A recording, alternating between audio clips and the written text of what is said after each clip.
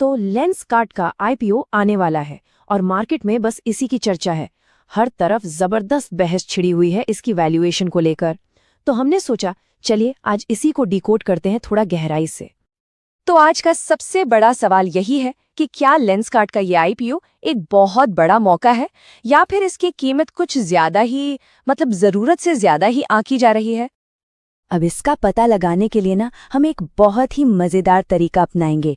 सोचिए, हम सब शार्क हैं और इस पूरे आईपीओ को एक शार्क टैंक पिच की तरह एनालाइज करेंगे। तो पिच शुरू होती है। मान लीजिए लेंसकार्ट के फाउंडर पीयूष बंसल शार्क्स के सामने हैं और वो बता रहे हैं कि कैसे उन्होंने चश्मे खरीदने के पुराने और उबाऊ तरीके को पूरी तरह से बदल कर रख दिया। जरा सोचिए, पहले चश्मा बनवाना कितना बड़ा काम होता था। इंतजार करो, क्वालिटी की कोई गारंटी नहीं, पूरा एक्सपीरियंस ही बिखरा हुआ था। लेकिन लेंसकार्ट ने आकर इसी चीज को बदला। उन्होंने एक तेज, आसान और भरोसेमंद सिस्टम बनाया और सबसे बढ़िया बात, ऑनलाइन और ऑफलाइन स्टोर्स को एक साथ जोड़ दिया। और देखिए, ये कोई छोटी मोटी कंपनी नहीं है। आज लेंसकार्ट के दुनिया भर में 2800 से ज्यादा स्टोर्स हैं, जिनमें से 2100 तो सिर्फ भारत में ही हैं। ये अपने आप में उनके स्केल को दिखाता है। और इतना ही नहीं, उनके लॉयल्टी प्रोग्राम में 70 लाख से भी ज्यादा पेइंग मेंबर्स हैं। सोचिए, ये कितना बड़ा और वफादार कस्टमर बेस है। पिच तो बहुत ही शानदार है, लेकिन अब वक्त है शार्क्स के सवालों का। तो चलिए अब कंपनी के फाइनेंशियल्स पर एक नजर डालते हैं और देखते हैं कि ये आंकड़े क्या कहानी सुनाते हैं। कंपनी का दावा है कि उनका रेवेन्यू रॉकेट की स्पीड से बढ़ रहा है। जैसा कि इस चार्ट में साफ दिख रहा है, पिछले 2 सालों में कंपनी का रेवेन्यू हर साल लगभग 33% बढ़ा है और वित्त वर्ष 25 तक ये करीब 7,000 करोड़ रुपए तक पहुंच गया। ग्रोथ तो है। और सबसे बड़ी खबर तो ये है, कंपनी अब मुनाफे में आ गई है। जहां पिछले साल 10 करोड़ का घाटा था, वहीं वित्त वर्ष 25 में उन्होंने 297 करोड़ रुपए का नेट प्रॉफिट दिखाया है। कमाल का टर्न अराउंड लगता है ना? लेकिन यहीं पर असली कहानी शुरू होती है। शार्क्स अब ये जानना चाहते हैं कि भाई ये मुनाफा आखिर आया कहाँ से? क्या सब कुछ वैसा ही है जैसा ऊपर से दिख रहा है? अच्छा, अब इस पर जरा ध्यान से देखिए। ये जो 297 करोड़ का प्रॉफिट दिख रहा है ना, वो पूरी तरह से कंपनी के बिजनेस ऑपरेशन से नहीं आया है। इसका सबसे बड़ा हिस्सा 167 करोड़ रुपए वो एक अकाउंटिंग एडजस्टमेंट से है। आसान भाषा में कहें तो ये असली कैश प्रॉफिट है ही नहीं। बाकी का मुनाफा भी टैक्स क्रेडिट और फॉरेक्स गेन जैसी चीजों से है। तो जब हम ये सब हटा देते हैं तो कंपनी का असल ऑपरेटिंग प्रॉफिट बचता है सिर्फ 108 करोड़ के आसपास। फर्क देख रहे हैं? और यहीं पर सबसे बड़ा सवाल खड़ा होता है।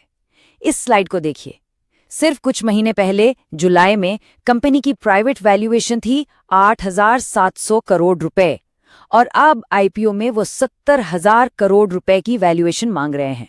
मतलब कुछ ही महीनों में लगभग 10 गुना का जंप। तो सवाल ये है कि लेंसकार्ट इतनी जबरदस्त वैल्यूएशन को सही कैसे ठहरा रहा है? खैर, उनका सबसे बड़ा तर्क है भारत का विशाल और लगभग अनछुआ आयव्यय मार्केट। ये चार्ट इस बात को काफी अच्छे से समझाता है। भारत में सिर्फ 35% लोग ही प्रिस्क्रिप्शन चश्मा पहनते हैं जिन्हें इसकी जरूरत है, जबकि अमेरिका और जापान जैसे देशों में ये आंकड़ा 69 से 88% तक है। ये एक बहुत बहुत बड़ा गैप है जिसे भरने का मौका है। और ये आंकड़े इस मौके को और भी बड़ा दिखाते हैं। आज 77 करोड़ भारतीयों को चश्मे की जरूरत है। 2030 तक ये संख्या बढ़कर 94 करोड़ हो जाएगी। और इस इतने बड़े बाजार में लेंसकार्ट का मार्केट शेयर अभी सिर्फ 4% है। मतलब ग्रोथ की गुंजाइश तो बहुत ज्यादा है। तो अब हम फैसले की घड़ी पर आ गए हैं। एक तरफ है एक बहुत बड़ा विजन और ग्रोथ की जबरदस्त संभावना, और दूसरी तरफ है कुछ चिंता पैदा करने वाले आंकड़े और एक बहुत ही ज्यादा वैल्यूएशन। एक और बहुत जरूरी बात, आईपीओ से जो 7,278 करोड़ रुपए जुटाए जाएंगे, उसमें से एक बहुत बड़ा हिस्सा यानी 5,128 करोड़ रुपए मौजूदा प्रोमोटर्स अपनी हिस्सेदारी बेचकर ले जाएंगे।